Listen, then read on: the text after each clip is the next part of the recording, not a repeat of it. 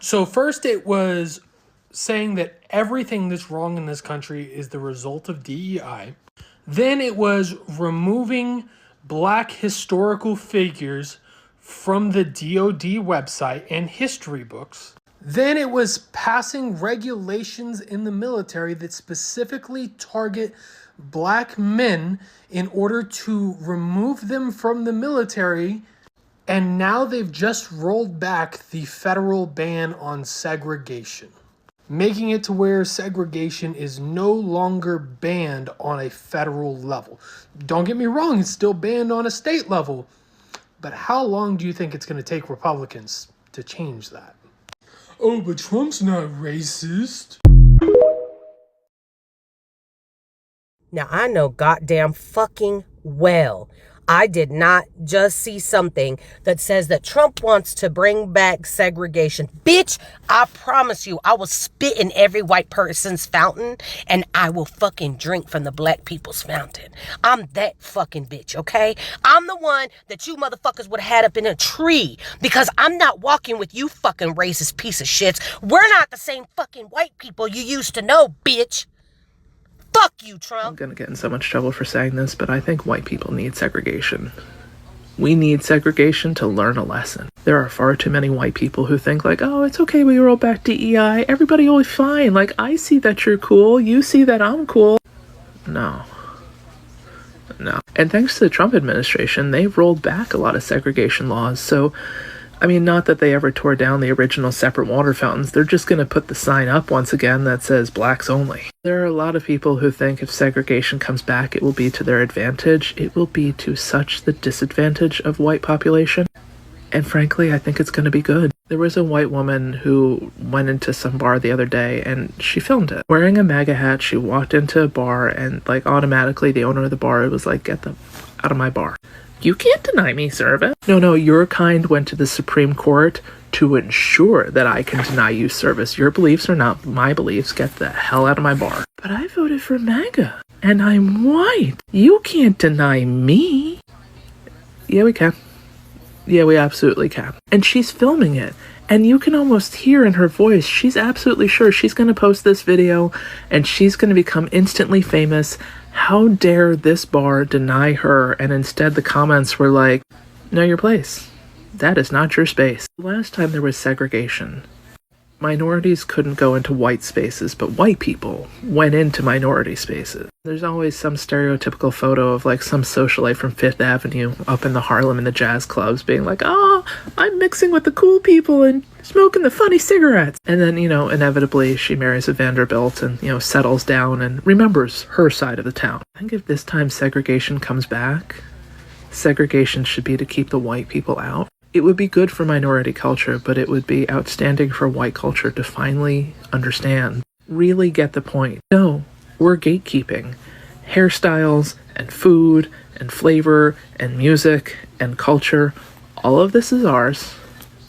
Not for you. Kardashians can't no, these are Albanian box braids. It's our culture. It is not, frankly. As much as it will not benefit me, I think it would be to the benefit of white people to feel segregation, to go through segregation for, let's start with 300 years. That seems like the right number. Then we'll check in to see how they're doing and maybe start some other new version, DEI 2.0. As a matter of fact, in white culture, white women should probably make their own group too. There can be MAGA, white women, minority, separate, not equal, and definitely learning some lessons. Grow with love. We're definitely in this phase that until it affects me, I don't care about it, but that's short term. Because, you give me back my Social Security, I'm no longer interested in everybody else's struggle. To long term, deny white people everything they feel entitled to, I think it's long past time for that lesson to be taught. And yeah, it's gonna be super hard keeping white people out. You saw how many struggled with the blue bracelet idea. I admit, I'm not gonna like it, but I think it would be to the benefit of... Hey, I have a question. No, we're not answering questions. Get out of the bar. Why? Because you're a Trump supporter. I know, but don't you guys want our money? No, actually we don't. Get out of my bar right now. You're not welcome. I'm not fucking around. Get out of my bar. Are you serious? I'm dead serious. Out. Because I'm wearing a Trump hat. Yes. That's wild. I don't care. Get out. We can call the police, or you can just leave. You know this is like discrimination, right? Oh, boo-hoo! Boo-fucking-hoo! Get out of my bar. Out of my bar. Because I'm wearing a Trump Yes. hat. A queer-friendly jazz bar has responded to backlash for kicking a woman out for wearing a MAGA hat. On Friday the 14th of March, staff at Chatterbox, a jazz bar in Indianapolis, Indiana, told Elise Hensley to leave their establishment as she was wearing a Make America Great Again hat. Get out of my bar. Why? Because you're a Trump supporter. I know, but don't you guys want our money? No, actually we don't.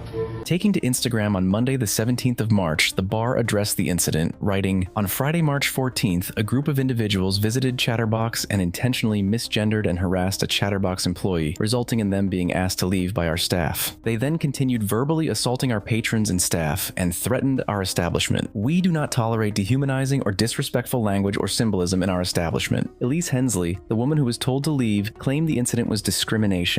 You know this is like discrimination, right? Oh, boo-hoo!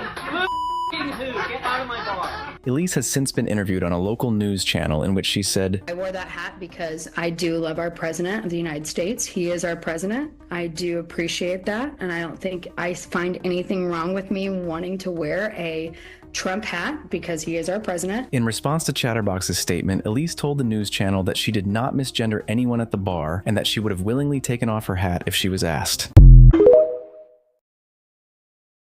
White people ultimately don't need other races in order to succeed, in order to be ourselves. Absolutely not. So how do you think America became the greatest economic nation without... Not through black people. Oh, it wasn't? It wasn't because of free labor? Are you talking about slavery? No, I'm talking about slavery and also what happened after slavery, which Douglas Blackmun talked about, slavery by another name. So I'm trying to understand, when you say didn't need it, how do you think America became the greatest economy that it did? How do you think that happened? Through the genius of Europeans. How was the genius of Europeans when the fact of the matter is it was actually King Cotton that supplied the economic means for America to do so? And that was a result of free labor from black people. Look, the whole point here is that who creates these systems? Who creates these business models and businesses? Slavery was a business model? Well, yes, it was a business model. I asked you again, okay? You said we don't need anybody else. No. But the reality is, American history proves you wrong. The fact of the matter is, there is no great America. You can't sit here and talk about that greatness without other people making that happen.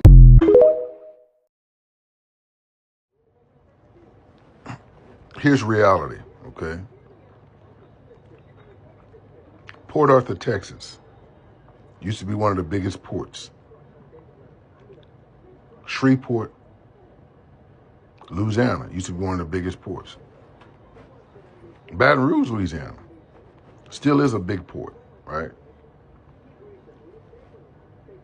When it comes to anything else, okay, first of all, Shreveport and Port Arthur, Texas, was shut down. Pittsburgh used to be used to be the steel capital. Not anymore. Southeast Texas used to be another steel capital. Not anymore. I think they got like one steel plant down there. Okay. Everybody talking about Longview. That's that's where the landmen are, right? You guys are gonna understand this. Okay, and I'm gonna make this very clear. Even though there are still oil refineries in these cities, that's all that's there. Before in these cities, there used to be grain. There used to be all kinds of things coming through there. You don't shut down a port. A port is more than just oil. A port is everything. Why isn't any of this other stuff coming in? Have you guys thought about that? Now, if you go to Houston, you'll see cars, you'll see all kinds of stuff thriving, right? But all of these places that are mid-sized places, where people in people in areas outside the city live, which, whether you guys believe it or not, is a larger portion of the area than the inner city. Okay? All that's gone away. They've had to find lower paying jobs. Okay? What happened to all this? And I just named some places I understand and know, okay? A lot of you say that steel is still made in America. That is a lie. They don't make any steel in the United States. They fabricate it in the United States. A lot of you say that we drill for oil in the United States. That's not true. We refine oil in the United States, okay? I need you to add something in there. Do you guys understand what risk assessment, risk management, risk mitigation are? First of all, look up what they are. Then the other part of that is, what are they needed for? And what do they do? Well, all three tools are for innovations, regulations. There's no need for either of those if you're not doing it specific things anymore. Why is there no regulation in steel? Why is there no regulation in mining? Okay? But why is there regulation in China?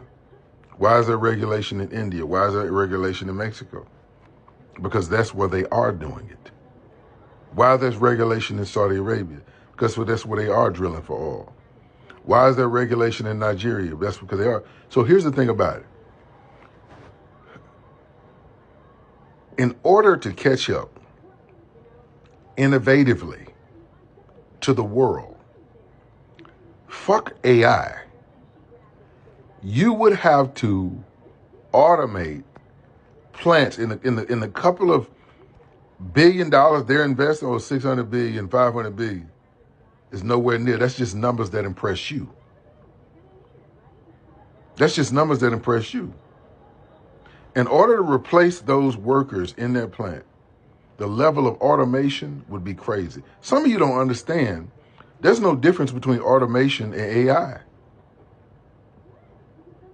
When you work in a plant or you work in it, if you work in a fabrication plant, there's automation in there. Think about further automation. You work in a car plant, there's automation. It's all, AI has been around. It's just not been around to this point, and you hadn't placed brains in the entire plant. You haven't seen an entire plant run itself.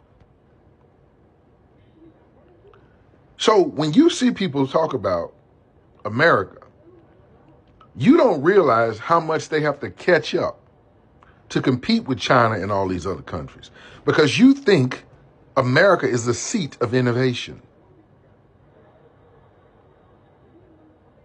And let me tell you something. First of all, the main point of the reason that America's failing is two things: greed,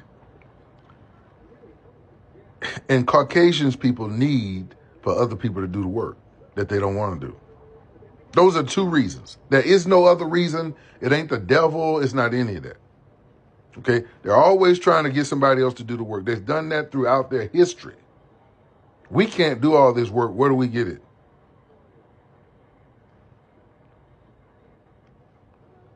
So, trillions of dollars to catch up with what everybody else is doing. We don't even feed ourselves. Let me ask y'all a question. When's the last time y'all saw somebody out there picking potatoes in the United States? You know what our farms do? Our farms supply feedstock for chemical plants. All those corn, nobody eats corn like that. It's feedstock.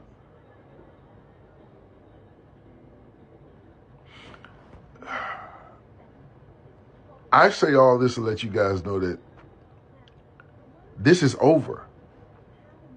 Not just the United States. Whiteness is over.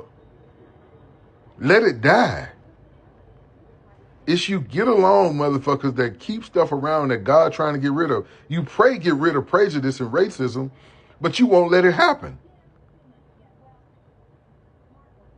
You don't get it? After all these years, these people aren't going to change. Why would what they work, why would anything that worked for them change? Are you serious? Come on, man. You can talk to a white guy all day. He ain't going to admit anything. All he going to do is try to convince you of what his perspective. And all you know, I'm telling the truth. If you really get along with white people, all that means is you've submitted yourself or subjected yourself to what they want you to subject yourself to. If you don't, you haven't. Anyone knows that they deal with me, they're going to have a hard time trying to convince me of something. Anybody. That's Juan, you're difficult to deal with. No, I'm not. I'm not difficult to deal with for black people. I'm not difficult to deal with Indian people. They're always trying to convince you of something. Well, the last time I had somebody tell me, this white guy, big time white guy, he said, Juan, if you're not believing in the Bible, then you only dealing with your own thoughts in your head. I'm looking at him like, what? He said, the Bible is the only word of God. I said, man, go tell it to somebody that believe that shit. Go tell it to somebody that believe that. Now, I need y'all to look at how stupid that is. I need you to understand how stupid that is. I'm looking at other men's perspectives of God given to me. Now, there's nothing wrong with me reading their perspectives. But God exists for me too. But I'm just supposed to accept. And at the same time, you've torn my body, killed my people, write laws that subject us to bullshit. But I'm just supposed to. Do you know how stupid? I need you to listen. Even you who are stark Christians, I need you to listen to that. Our biggest confusion is that we're holding on to a book and a God that wasn't our God. And some of you are stupid enough to say, oh, we are different people. We just listen, no, we're not. Just because we speak English, we're not. Why do you think we move to a different rhythm? And musically? Why do you think we think different thoughts? Even when we try to make conclusions based on conclusions white people have come to, it don't make sense to us. But we keep believing it to get along. We're still in perpetual slavery because we keep holding on to the Bible. Let it go. There's a God without the Bible. There was before the Bible.